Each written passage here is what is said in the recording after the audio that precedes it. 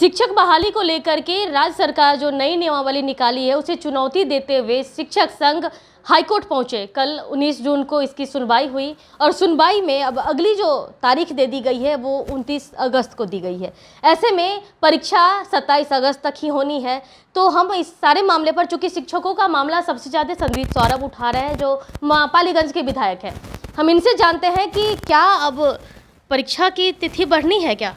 देखिए, नियोजित शिक्षक को लेकर के हाईकोर्ट में जो केस फाइल हुआ था, आज ही हम लोग अखबार में देखे कि हाईकोर्ट ने ये कहा है सरकार से कि आप 29 तारीख तक, 29 अगस्त तक आप अपना जवाब दीजिए।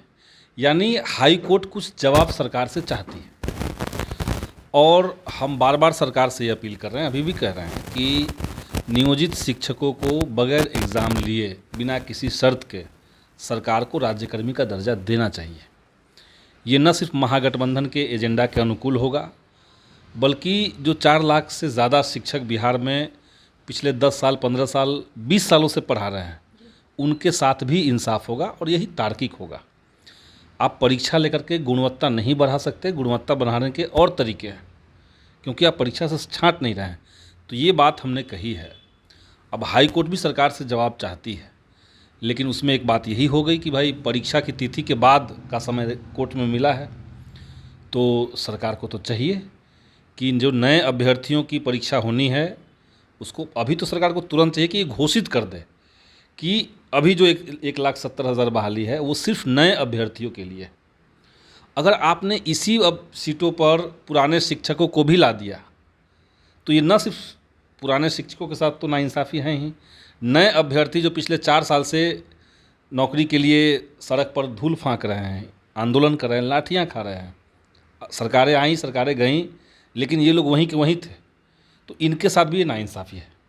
और जो अभी सरकार कह रही है कि हम 10 लाख रोज़गार दे रहे हैं और उसमें बहुत सारे रोज़गार की घोषणा भी हुई है, लेकिन ये जो 1,70,000 है, अगर उसमें पुराने शिक्षक भी अप्लाई करने लगेंगे, वो भी उसी सीट पर कॉम्पीट करेंगे, तो इसको तो रोज़गार नहीं माना जाएगा। तो इसलिए सरकार तो पहले इमीडिएट घोषित कर दे कि ये बहाली जो है, ये जो परीक्षा है, ये सिर्फ नए अभ्यर्थियों के लिए। पुराने जो शिक्षक हैं, जो नियोजित शिक्षक हैं, उनके लिए सरकार को समय मांगा गया है हाई कोर्ट से, आप वहाँ पे अपना जवाब दाखिल कीजिए, उसके बाद कोर्ट में भी लड़ाई चलेगी।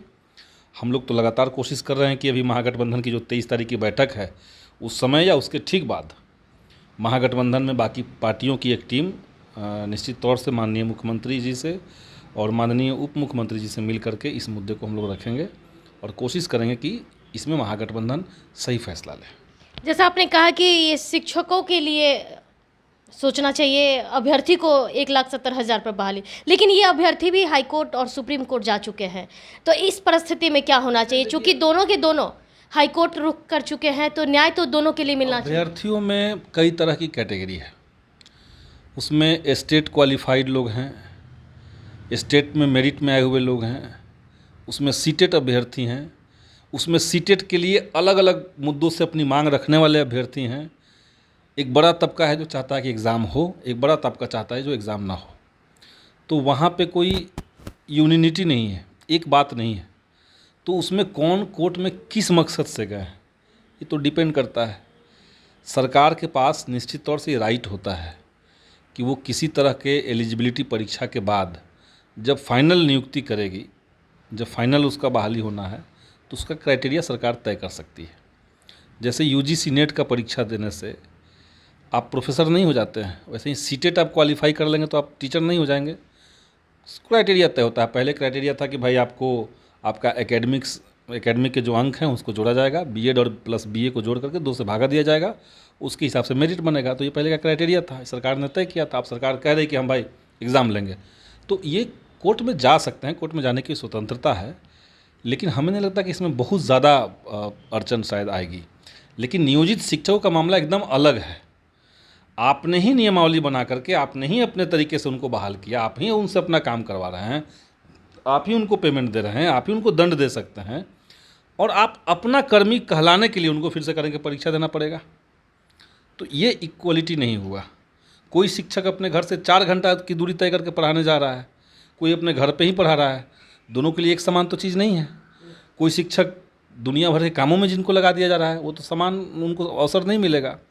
तो हमें लगता है कि शिक्षक वाले मामले में खास करके सरकार को विचार करना चाहिए, और जो अभ्यर्थियों का मामला है जिसमें अलग अलग मामलों को लेकर के लोग कोर्ट में जा रहे हैं, वहाँ भी सरकार जो छात्रों के अभ्यर्थियों के जो ग्रीवांसेस हैं उसको ठीक से सुने, समझे, उसको ठीक करे। आपने कोई गलती की है उसको स्वीकार करने में, उसको ठीक करने में ये सरकार का प्रगतिशील माइंडसेट दिखाता है, उसमें कोई अपमान की बात नहीं है।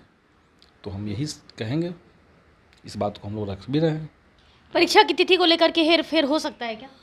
अब देखिए, ये तो सरकार के ऊपर है। आप तो बेहतर जवाब आपको शिक्षा विभाग से लोग देंगे, शिक्षा विभाग के अधिकारी बता सकते हैं, माननीय शिक्षा मंत्री जी बता सकते हैं। लेकिन हमें लगता है कि हाई कोर्ट में जिस तरीके से जवाब मांगा गया है, कम से कम नियोजित शिक्षकों के लिए सरकार को जल्दीबाजी नहीं करना चाहिए, और इसमें एक बार और ठीक तरीके से सोचना चाहिए कि क्या करना है।